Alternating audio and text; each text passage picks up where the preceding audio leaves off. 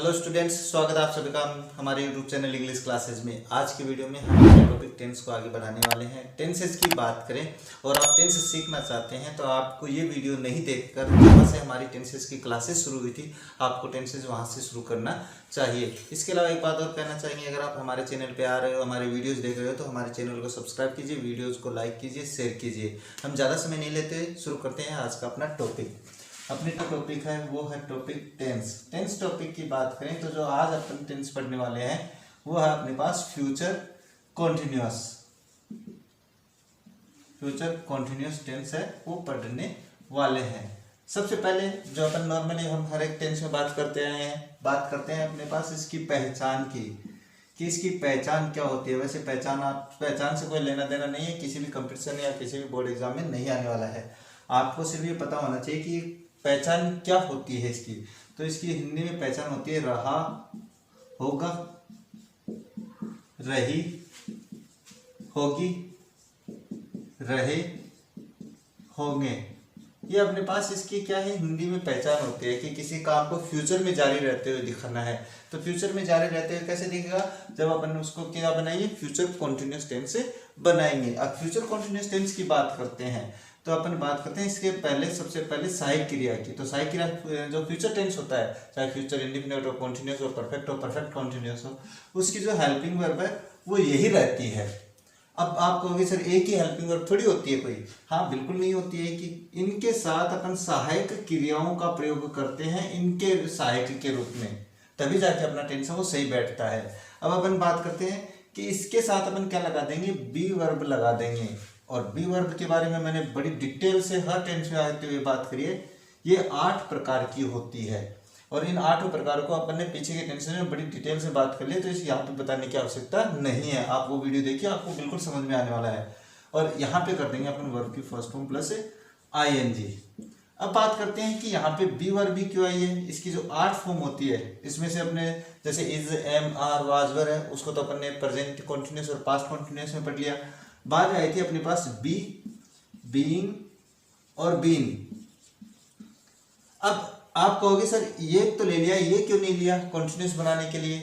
तो क्यों नहीं लिए हैं, क्योंकि विल या सेल के साथ हमेशा वर्ब की फर्स्ट फॉर्म आती है। और ये बी की वर्ब की फर्स्ट फॉर्म ये रही अपने पास वर्ब की फर्स्ट फॉर्म। ये बी की ING फॉर्म हो गई और ये बी की हो गई थर्ड फॉर्म। तो कहने का मतलब है कि अपन विल और सेल के साथ हमेशा वर्ब की फर्स्ट फॉर्म लेंगे तो ही अपने पास फ्यूचर टेंस बनेगा। अब फ्यूचर टेंस तो बन गया अपने पास विल या सेल के साथ वर्ब की फर्स्ट फॉर्म। तो कॉन्टिन्यूअस कैसे बना, तो कॉन्टिन्यूअस बनाने के लिए हमने पहले भी बात करी थी कि जो बी वर्ब होती है उसके साथ वर्ब की फर्स्ट फॉर्म प्लस ING आना जरूरी है। तो ये रही बी वर्ब और ये रही वर्ब की फर्स्ट फॉर्म प्लस ING, तो फ्यूचर कॉन्टिन्यूअस। अपने पास सारे नियम फॉलो हो रहे हैं कि विल या सेल के साथ वर्ब की फर्स्ट फॉर्म आ गई, बी वर्ब के साथ वर्ब की फर्स्ट फॉर्म प्लस ING आ गई। तो ये हो गया आपका फ्यूचर कॉन्टिन्यूअस टेंस का जो हेल्पिंग वर्ब है वो ये होती है। अब बात करते हैं इसकी सहायक क्रियाओं की, सहायक क्रिया नहीं, इसके रूल्स की बात करते हैं। रूल्स का मतलब इसको बनाने के जो तरीके होते हैं उन तरीकों की बात करते हैं। तरीके मतलब वही बात, अपने पास एक आकृति को अपन इस तरीके से बना सकते हैं, यही 4 आकृति अपन इस तरीके से बना सकते हैं। तो इस मैटर में अपन ने बहुत डिटेल से बात कर ली है। तो 4 तरीकों में सबसे पहले बात कर लेते हैं अपन सिंपल वाक्य की। तो सिंपल वाक्य कैसे बनेगा, अब आपके सामने ये लिखा हुआ है तो आप बिल्कुल समझ सकते हो कैसे। सबसे पहले सब्जेक्ट, उसके बाद में हेल्पिंग वर्ब, ये आ गई आपके पास हेल्पिंग वर्ब, विल या सेल। अब इसके साथ में क्या है बी, तो बी लिख गया, उसके बाद में वर्ब की फर्स्ट फॉर्म प्लस ING और इसके बाद में बच गया ऑब्जेक्ट और फुल स्टॉप मार्क आ जाएगा। अब बात करते हैं इसके नेगेटिव वाक्य की। तो नेगेटिव वाक्य की बात करें तो सभी टेंसेज में अपन ने बात करते आए हैं कि हर एक टेंस में बताया कि हेल्पिंग वर्ब के जस्ट बाद में नोट लगाएंगे तो वाक्य नेगेटिव बन जाता है। ये बात आपको ध्यान में अब तक तो समझ गए होंगे आप लोग। तो जैसे इस वाक्य को नेगेटिव बनाऊंगा तो क्या बनाऊंगा, सब्जेक्ट प्लस विल या सेल प्लस बी, विल या सेल के बाद में not plus be plus verb की फर्स्ट फॉर्म प्लस ING और प्लस ऑब्जेक्ट। तो हेल्पिंग वर्ब के जस्ट बाद में नोट लगा दे तो वाक्य नेगेटिव बन गया। अब आप वो चाहे किसी भी वाक्य को आप नेगेटिव बनाना हो, चाहे मॉडल के वाक्य को बनाना हो, चाहे टेंसेस के वाक्य को बनाना हो, आपको हेल्पिंग वर्ब के यानी हेल्पिंग वर्ब प्लस मॉडल के बाद में अगर आप नोट लगा देते हो तो वाक्य नेगेटिव बन जाता है। अब बात करते हैं इंटेरोगेटिव की। इंटेरोगेटिव कब बनता है? तो इंटेरोगेटिव के बारे में अपन ने बहुत डिटेल से बात कर ली थी कि जो हेल्पिंग वर्ब होती है उसको कर्ता से पहले लिखेंगे तो वाक्य आपका इंटेरोगेटिव बन जाता है। अब आप जब केवल इंटेरोगेटिव बना रहे हो तो इस हेल्पिंग वर्ब को इस कर्ता से पहले लिख देंगे। इसके पहले लिखेंगे तो देखो मैं नियम बना देता हूँ, तो विल और इसके बाद में सेल, विल और सेल आ गया। तो इसके बाद में यहाँ पे अपन ने क्या लिख दिया? Will shall. तो बस आएगा क्या इसके बाद में? सब्जेक्ट। तो मैं यहाँ पे लिख देता हूँ सब्जेक्ट। अब इसके बाद में क्या आया है? बी, तो मैं बी यहाँ पे लिख देता हूँ। वर्ब की फर्स्ट फॉर्म प्लस आईएनजी और प्लस ऑब्जेक्ट और लास्ट में आ जाएगा इंटेरोगेटिव मार्क। अब बात करते हैं इंटेरोगेटिव नेगेटिव की। इंटेरोगेटिव नेगेटिव ये कैसे बनेगा? तो इसमें आप या तो चाहे इस नेगेटिव वाले वाक्य में से हेल्पिंग वर्ब कर्ता से पहले ले आओ, या जो अपन ने इंटेरोगेटिव बनाया है और मैं इसी की बात कर रहा हूँ, सारे टेंसेज में यही बताया मैंने, इसमें सब्जेक्ट के बाद में आपको क्या लगा देना है? नोट लगा देना है, तो वाक्य आपका इंटेरोगेटिव नेगेटिव बन जाता है। तो मैं यहाँ पे लिख देता हूँ विल या सेल प्लस सब्जेक्ट, और सब्जेक्ट के बाद में आपको क्या लिखना है? नोट। नोट लिख दिया, उसके बाद में बी और वर्ब की first form plus ING plus object और इंटरोगेटिव मार्क। ये अपने पास हो गए 4 नियम या 4 तरीके जिससे अपन एक फ्यूचर कॉन्टिन्यूअस टेंस को बनाएंगे। कैसे बनेगा?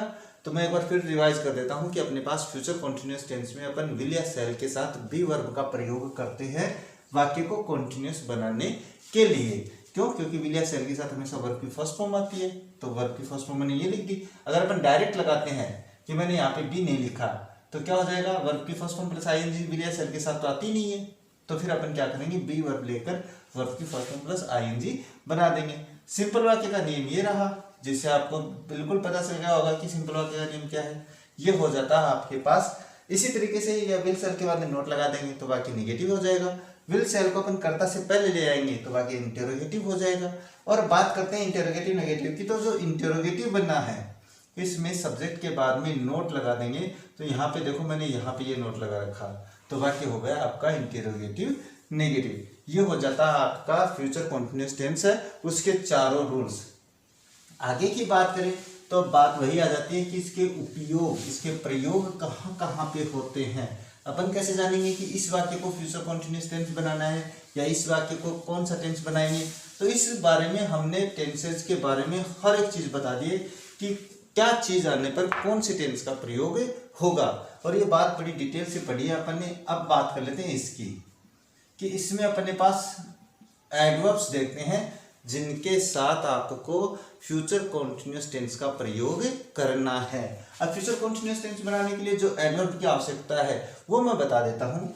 वो आपको एक बार थोड़ा सा रिवाइज करवाएं तो प्रेजेंट कॉन्टिन्यूअस टेंस की मैं एडवर्ब लिखता हूँ यहाँ पे, तो नाउ, इसके अलावा एट दिस टाइम, इसके अलावा एट दिस मोमेंट। ये 3 एडवर्ब ऐसी है जो प्रेजेंट कॉन्टिन्यूअस टेंस में आती है। आपको इनके साथ फ्यूचर इंडेफिनिट की जितनी भी एडवर्ब है कि एडवर्ब्स साथ में हो, यानी ये तो है ही है साथ में, ये साथ में होनी जरूरी है, और साथ में फ्यूचर इंडेफिनिट की एडवर्ब भी आनी जरूरी है, तब ही वाक्य आपका फ्यूचर कॉन्टिन्यूअस टेंस में बनेगा, अन्यथा फ्यूचर कॉन्टिन्यूअस टेंस में नहीं बनेगा। अब एग्जांपल बताएंगे तब आप आसानी से समझ जाओगे। जैसे मैं एक एग्जांपल इसका ही बता देता हूं, जैसे नाउ, टुमारो। अब ये अपने पास जो दोनों साथ में है तो ही आपका वाक्य है फ्यूचर कॉन्टिन्यूअस टेंस का है। अगर ये साथ में आई है तो वाक्य आपका फ्यूचर कॉन्टिन्यूअस टेंस में है। अगर इनमें से एक हट गई तो टेंस परिवर्तन हो जाएगा। अगर टुमारो हट गई तो ये हो जाएगा प्रेजेंट कॉन्टिन्यूअस, अगर ये हट गई तो ये हो जाएगा फ्यूचर इंडेफिनिट। यानी कहने का मतलब है अगर ये दोनों साथ में है, इन तीनों के साथ, अगर नॉर्मल भाषा में मैं ये टेंस का नाम नहीं लिखूं तो प्रेजेंट कॉन्टिन्यूअस, अगर सीधी सी बात करें तो present continuous plus future indefinite, future indefinite. अगर ये दोनों साथ में है एडवर्ब, एडवर्ब इसकी क्या है, तो इन दोनों से मिलकर क्या बनता है, फ्यूचर कॉन्टिन्यूअस बनता है। ये बात आपको कहीं पर भी देखने को नहीं मिलेगी। आप चाहे किसी भी अपने वो जो क्लासेज हैं वहां पे जाके देख लीजिए, अगर आप मिल जाती है बहुत अच्छी बात है। मैं मानता हूँ कि मैं अपनी तारीफ नहीं कर रहा हूँ, बहुत अच्छी बात है। हर जो सर है वो सही बात पढ़ाता है, बहुत अच्छे पढ़ाता है। मैं बात ये कर रहा हूँ कि आपकी जो बेसिक बातें हैं वो गलत नहीं होनी चाहिए, क्योंकि ये जो बेसिक बातें हैं ये आपको पीछे धकेल देती है, आप दूसरों से पीछे रह जाते हो। मैं आपको पीछे नहीं रहने देने वाला हूँ। तो present continuous plus future indefinite साथ में आए तो वो अपने पास क्या हो जाता है, फ्यूचर कॉन्टिन्यूअस बन जाता है। ये अपन एग्जाम्पल की सहायता से और समझ लेते हैं। अब बात करते हैं इसके एग्जाम्पल्स की, कि एग्जाम्पल्स कैसे आएंगे। एग्जाम्पल सॉल्यूशन करेंगे तो मैं एक एग्जाम्पल लिख देता हूँ। पहले तो मैं एक साथ लिखता हूँ लास्ट में, फिर अलग अलग लिखूंगा।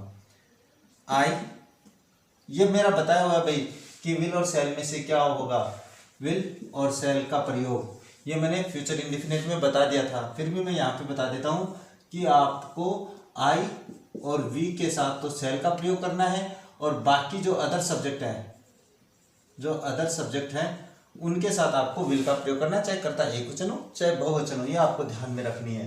अब मैं यहाँ पे लिख देता हूँ I space wait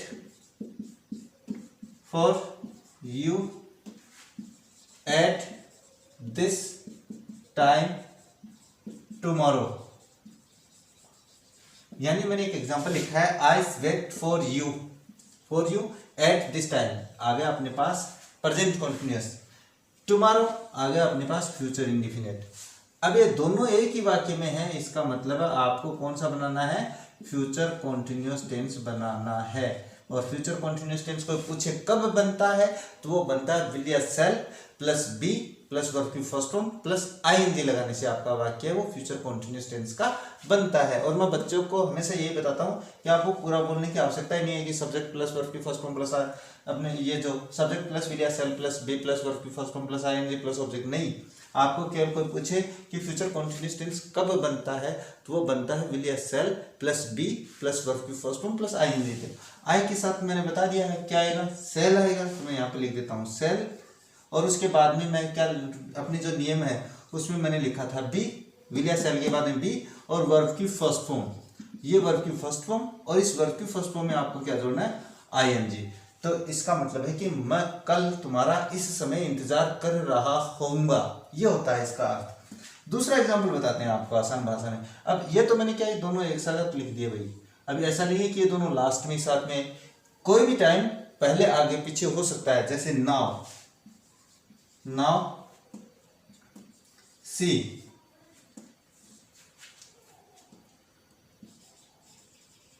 play chess in the next morning. अब मैं वाक्य बड़ी सिंपल आसान भाषा में लिखता हूं कि आपको समझ में आ जाए। ये रहा आपका नाउ, ये रहा आपका नेक्स्ट प्लस टाइम, और नेक्स्ट प्लस टाइम और नाउ आया है, इसका मतलब ये तो हो गई प्रेजेंट कॉन्टिन्यूअस, और नेक्स्ट प्लस टाइम में आपका फ्यूचर इंडिफिनिट होता है। फ्यूचर इंडिफिनिट के पार्ट में आप जाके देखना, बड़े आसानी से समझाया गया आप लोगों को। अब बात करते हैं कि ये दोनों साथ में है वाक्य में, चाहे ये पहले हो चाहे वो यहाँ पे मैं पहले लिख देता तो भी कोई फर्क नहीं पड़ने वाला था, और ये लास्ट में लिख देता तो भी कोई फर्क नहीं पड़ने वाला है। अब बस आपको तो ये देखना है कि दोनों वाक्य आए हैं, यानी ये 3 और प्लस फ्यूचर का कोई भी टाइम डिनोटिंग करता आ जाए तो वो वाक्य आपका फ्यूचर कॉन्टिन्यूअस टेंस में बनने वाला है। अब फ्यूचर कॉन्टिन्यूअस टेंस कैसे बनेगा, तो वो बनेगा आपका विल या shall plus be plus verb की फर्स्ट फॉर्म प्लस आईएनजी से। तो सी के साथ क्या आएगा, सी के साथ ये आएगा क्योंकि अदर सब्जेक्ट में आ गया, तो इसके साथ अपन क्या कर देंगे, विल का प्रयोग करेंगे, और विल का प्रयोग करेंगे और उसके बाद में बी लगा देंगे, बी के बाद में वर्ब की फर्स्ट फॉर्म प्लस आईएनजी लगा देंगे। ये हो जाता है अपने पास फ्यूचर कॉन्टिन्यूअस टेंस। अब आगे एक एग्जांपल और बताते हैं भाई, इसी में थोड़ा सा आगे समझाते हैं कि जैसे ये वाक्य इस तरीके से मैं इनमें से एक वर्ब हटा देता हूँ, एडवर्ब हटा देता हूँ, तो क्या बनेगा ये, वो इसलिए क्योंकि अभी मैंने यहाँ पे बनाया नहीं ना कि इसको हटा दूंगा तो क्या बन जाएगा, इसको हटा दूंगा तो क्या बन जाएगा, ये मैंने बताया नहीं अभी, तो ये बताता हूँ, ये बताएंगे। तो जैसे एक एग्जाम्पल लिखते हैं, my teachers teach us at this time in next month. तो मैंने नेक्स्ट प्लस टाइम कर दिया भाई, नेक्स्ट प्लस टाइम कर दिया है, और इसमें एक आ गया है एट दिस टाइम। ये मैंने दोनों साथ में लिख दिए। अब आपको आसानी से समझ में आ जाएगा। ये मान के चलो ये दोनों साथ में है, आपके दोनों साथ में, तो आप समझ गए होंगे कि कौन सा टेंस आएगा, फ्यूचर कॉन्टिन्यूस टेंस आएगा। फ्यूचर कॉन्टिन्यूस टेंस कैसे बनेगा, जब आप विल या shall plus be plus verb की फर्स्ट फॉर्म प्लस आईएनजी लगाओगे। तो मैं यहाँ पे क्या करता हूँ, टीचर्स के अनुसार विल कर देता हूँ, उसके बाद में बी और उसके बाद में वर्ब की फर्स्ट फॉर्म प्लस आईएनजी। अब बात करते हैं कि मैंने इसमें से ये हटा दिया भाई, एट दिस टाइम हटा दिया कि वो है नहीं वाक्य में, तो आपका टेंस परिवर्तन हो गया। किसके अनुसार, in next month. In next month का मतलब हो गया कि next plus time future indefinite, और फिर ये वाक्य कैसे बनेगा, फिर बनेगा विल या सेल प्लस वर्ब की फर्स्ट फॉर्म। तो वर्ब की फर्स्ट फॉर्म मैं यहाँ पे लिख देता हूँ, तो ये हो गया आपका फ्यूचर इंडिफिनिट। ये मान के चलो ये तो आया है इसमें, और ये हट गया यहाँ से, तो टेंस आपका वहां पे प्रेजेंट कॉन्टिन्यूस हो गया।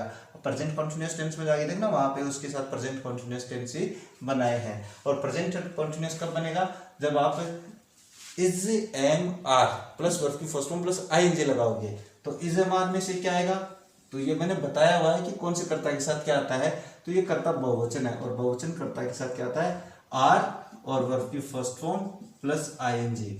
तो ये आपको ध्यान में रखना है, एडवर्ब चेंज तो टेंस चेंज, ये बेसिक बात है जो आपको ध्यान में रखनी है। कभी कभी बच्चे क्या होते हैं कि इसको तो देख लेते हैं, उसको नहीं देखते हैं, या उसको देख लेते हैं, इसको नहीं देखते हैं, तो वाक्य क्या उनका गलत हो जाता है।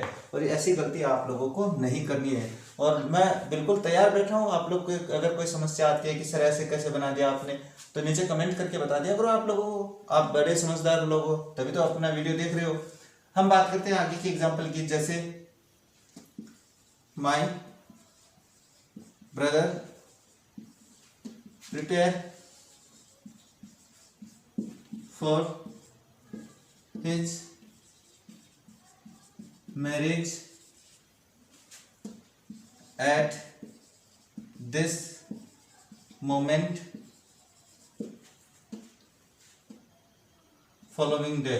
फॉलोइंग डे नहीं करते हैं भाई, शादी की बात हो रही है तो कुछ तो समय मिलना चाहिए ना।